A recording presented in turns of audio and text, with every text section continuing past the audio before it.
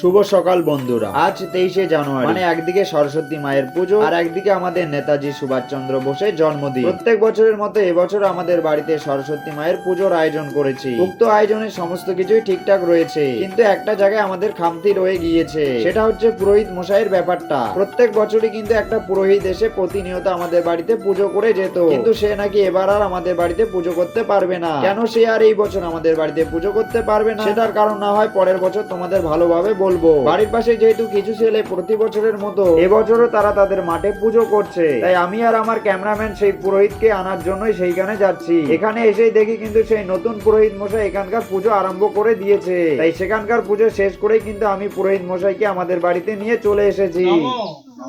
ভদ্রকাল্যয় নমো নিত্যং সরস্বত্যয় নমো নমঃ বেদ বেদান্ত। তো finally guys আমাদের পুজো কিন্তু এখানেই শেষ হলো। তো আজকের এই দিনটিতে আমার সকল সাবস্ক্রাইবাররা ভালো থাকবেন, সুস্থ থাকবেন।